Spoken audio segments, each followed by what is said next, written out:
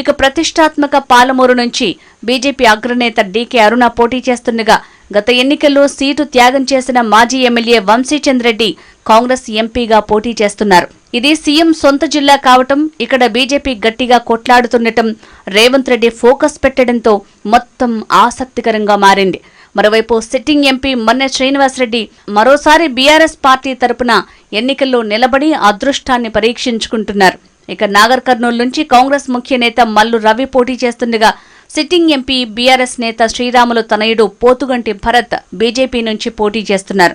మొన్నటి వరకు బీఎస్పీ పాలనలో కీలక నేతగా ఉన్న ఆర్ఎస్ ప్రవీణ్ కుమార్ నాగర్ కర్నూలులో బీఆర్ఎస్ జెండా ఎగురవేయాలని భావిస్తున్నారు. ఇదిలా ఉంటే నల్గొండలో జానారెడ్డి తనయుడు రఘువీర్ రెడ్డి పోటీ నల్లేరుపైన నడకేనన్న భావన ఉంది. బీఆర్ఎస్ నుంచి కంచర్ల కృష్ణారెడ్డి, బీజేపీ నుంచి సైదిరెడ్డి పోటీ చేస్తున్నప్పటికీ జానారెడ్డి తనయుడి గెలుపు తేలికేనని చెప్పుకుంటున్నారు. ఇక భువనగిరి నియోజకవర్గంలో ఎట్టి పరిస్థితుల్లో కాంగ్రెస్ అభ్యర్థి చామల కిరణ్ కుమార్ రెడ్డిని గెలిపించుకోవాలని కోమటిరెడ్డి బ్రదర్స్ భావిస్తున్నారు. అయితే ఇక్కడ బీజేపీ నుంచి మాజీ ఎంపీ బూర నర్సయ్య గౌడ్ అదృష్టాన్ని పరీక్షించుకుంటే బీఆర్ఎస్ కామ మల్లేష్ ను పోటీలో నిలిపింది. మొత్తంగా భువనగిరి స్థానం ఇప్పుడు కోమటిరెడ్డి బ్రదర్స్ కి అగ్ని పరీక్షలా నిలుస్తోంది.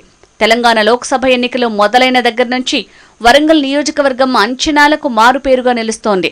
ఇక్కడ కడియం శ్రీహరి తనయ కడియం కావ్యకు బీఆర్ఎస్ పార్టీ టికెట్ ఇచ్చినప్పటికీ వారు ఆ పార్టీకి గుడ్ బై చెప్పి కాంగ్రెస్ పార్టీ నుంచి బరిలో దిగటం విశేషం. ఇది తెలంగాణ రాజకీయాల్లో అసాధారణమని చెప్పాలి. అదే సమయంలో బీఆర్ఎస్ నేతగా ఉన్న ఆరూరి రమేష్ ఆ పార్టీకి గుడ్ బై చెప్పి బీజేపీ నుంచి బరిలో దిగడం కూడా ప్రత్యేకతను సంతరించుకుంది. ఇక నుంచి విధిలేని పరిస్థితుల్లో బీఆర్ఎస్ పార్టీ సుధీర్ కుమార్ ను బరిలో నిలిపింది. ఇక తెలంగాణలో మరో ఎస్టీ నియోజకవర్గం మహబూబాబాద్ లో పోటీ పాతకాపుల మధ్య నెలకొంది. ఇక్కడ బీఆర్ఎస్ పార్టీకి గుడ్ బై చెప్పిన సీతారాం నాయక్ బీజేపీ నుంచి బరిలోకి దిగగా కేంద్ర మాజీ మంత్రి బలరాం నాయక్ కాంగ్రెస్ నుంచి, సిట్టింగ్ ఎంపీ మాలోత్ కవిత బీఆర్ఎస్ నుంచి బరిలో దిగుతున్నారు.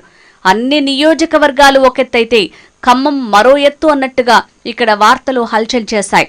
ఒకరోజు ప్రియాంక పోటీ చేస్తున్నారని, మరోసారి పొంగులేటి తనయుడు బరిలో నిలుస్తున్నారని, ఇంకోసారి తుమ్మల తనయుడు పోటీ చేస్తారని ఇలా ఎవరికి తోచిన విధంగా వారు ప్రచారం చేసుకున్నారు.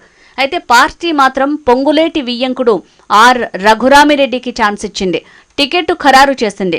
బీజేపీ తాండ్ర వినోద్ కుమార్ కి అవకాశం ఇస్తే BRS party sitting MP Nama నాగేశ్వరరావుకు అవకాశం ఇచ్చింది. మొత్తంగా తెలంగాణ లోక్సభ ఎన్నికల్లో హోరాహోరీ తప్పదని భావిస్తున్న 17 లోక్సభ స్థానాల్లో ఎవరు గెలుస్తారు, ఎవరు ఎందుకు గెలుస్తారు, ఎవరి పరిస్థితి ఏంటి అన్నది తెలంగాణ భవిష్యత్తు రాజకీయాన్ని ప్రభావితం చేస్తుంది అనటంలో ఎలాంటి అతిశయోక్తి లేదు. 3 ప్రధాన పార్టీలు సావోరేవో అన్నట్టు పోరాడుతూ ఈ ఎన్నికల ఫలితాలపై ఆసక్తిని పెంచాయి.